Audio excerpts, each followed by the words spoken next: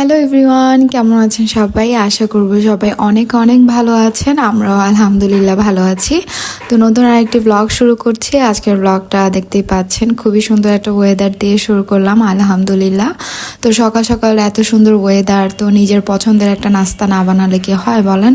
তো যেই ভাবা সেই কাজ। আমি ঠিক তেমনটা ভেবেই সকাল সকাল যেহেতু ঘুম থেকে উঠেছি, আমি ফুললি এনার্জেটিক ফিল করতেছি, তাই ভাবলাম আমি আমার পছন্দের স্যান্ডউইচ বানিয়ে ফেলি।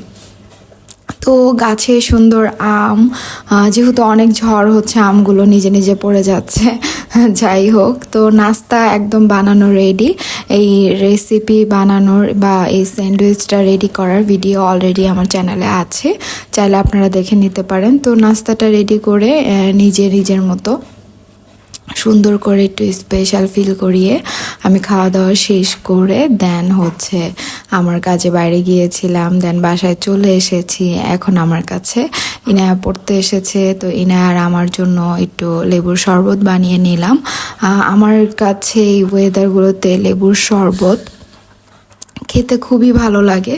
তো ওই তো লেখালেখি করতেছিল, আর এই ফাঁকে দুজনে একটু শরবত খেলাম। ও আমাকে বলতেছিল আসো মনে মনে আমরা চিয়ার্স করি।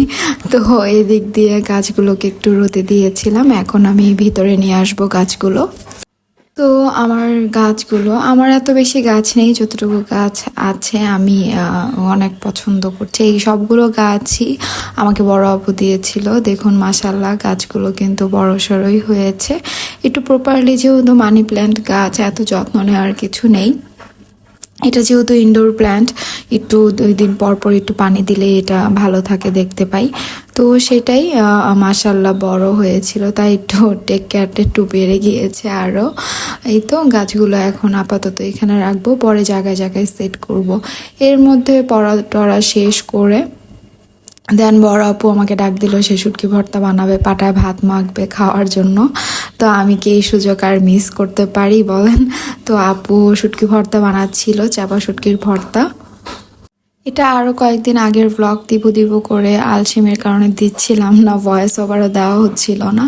তো ওই তো এখন শুটকি ভর্তা বানিয়ে মানে নতুন আরও কতগুলো ব্লগ জমে গিয়েছে, তাই ভাবলাম আগের এই ব্লগটা আমি দিয়ে ফেলি। এই তো পেঁয়াজগুলো আপু একটু বড় বড় রাখার ট্রাই করে, কারণ মুখে যখন ভর্তাটার সাথে পেঁয়াজটা কামড় পড়ে, ও শান্তি। আমারও এটা অনেক ভালো লাগে, তাই আমি বড় আপুও বলে, আমরাও অনেক পছন্দ করি পেঁয়াজটা একটু আস্তে আস্তে থাকাটা, পুরোপুরি বেটে ফেলে না। এই তো ভাত ছিল, সেটা পাটায় মাখছিল। প্লেটে মেখে ভর্তা দিয়ে ভাত খাওয়ার চেয়ে পাটায় মাখা ভাতটার টেস্টটাই অন্যরকম, সত্যি কথা বলতে।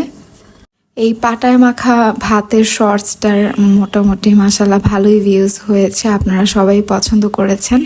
আর আপু ভর্তা দিয়ে ভাত খাবে পাটায় মেখে, আর আমাকে ডাক দিবে না, এটা তো হতেই পারে না। উফ, এখন ভয়েস ওভার দিতে যে আমার অবস্থা একদম কাহিল।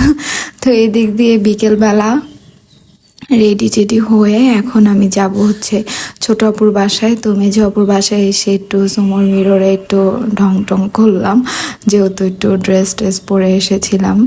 তো ছোট আপুর বাসায় যাওয়ার আগে ছোট আপু আমাকে একটা ফোন করে বলেছিল যে ওর আড়ং থেকে একটা জিনিস নিয়ে যাওয়ার জন্য, সেটার জন্য আড়ংয়ে এসে আমি ওই জিনিসটা কেনাকাটা করে দেন আবার ওর বাসায় চলে যাব।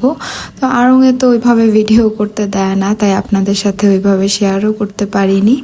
এই তো ছোট আপুর বাসায় আসার সময় আমি আবার একটু নান আর চিকেন চাপ নিয়ে এসেছিলাম। এই চাপটা এত বেশি টেস্টি, আমাদের এলাকার খুবই মজা, তাই সবাই মিলে খাচ্ছিলাম। আজকে ছোট ব্লগটা এখানেই শেষ করছি। আমার এই মিনি ব্লগগুলো আপনাদের কাছে কেমন লাগে সেটা কিন্তু আমাকে অবশ্যই জানাবেন, আর এভাবেই আমার পাশে থাকবেন, আমাকে ভালোবেসে যাবেন। ভালো থাকবেন সবাই, আমাদের জন্য দোয়া করবেন। আল্লাহ হাফেজ, আসসালামু আলাইকুম।